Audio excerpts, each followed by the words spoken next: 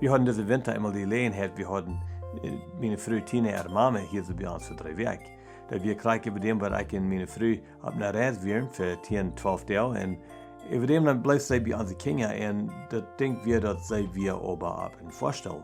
Und so dann, so ein Mensch, der am Vorstell ist, dann wird wir fertig müssen denken, der muss wir ein bisschen anders behandeln. Vielleicht ein bisschen betüttern, ein bisschen vorsichtig sein, dass er nicht zu viel tun und so eine Sachen ist dort. Bloß einfach gesagt, wie behandeln seine Menschen durchweg ein bisschen anders, als seine Worte gehen kann.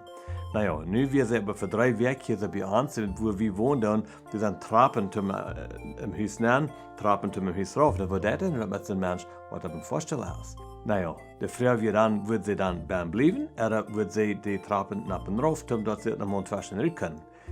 Im Winter erst, dann hatten also Kinder, dass die wollen durch den Platz gehen, wo der so ist wird, das ist ein Gebiet, einfach ein Gebiet, wo der einstellt als der Pferd, hat eine große Smentflur, wo die Wutter ab da und frieren da an.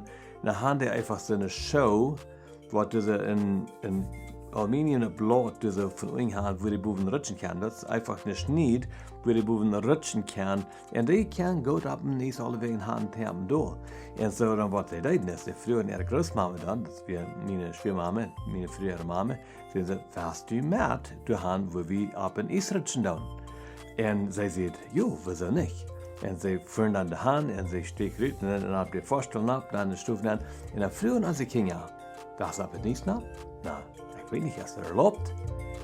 Das sind Frauen. Die Frauen, die Beamte dürfen und die haben Freiheit, dass sie ihre Großmama können am Vorstell ab und Eis nehmen und die geben ihnen einen guten Zeit. Einfach ein schönes Ding. Und für mich, wie wir in einem anderen Land, wir sahen die Videos, was die Kinder aus der Schacht dann sahen, wo die den schönen Zeit hatten mit ihrer Großmama. Mir mögt das Frau. Dus de denk erst, die kicken nicht nur ihre Großmama aus, wer was so im Vorstell wir und was nicht was tun können. Aber die kicken ihre Großmama nur eine Person, was fehlt, mit Verbindnis zu haben, mit Gemeinschaft zu haben. Und die nehmen ihr mit, das von der nützlich artig wir und haben einen guten Zeit mit ihr. Mir merkt denken an, was es sagt in Römer Kapitel 12, Vers 10, wo es sagt, als Breite soll ihr einander vom Harten gut sein. Merkt immer Raum für den Nächsten seine ihr.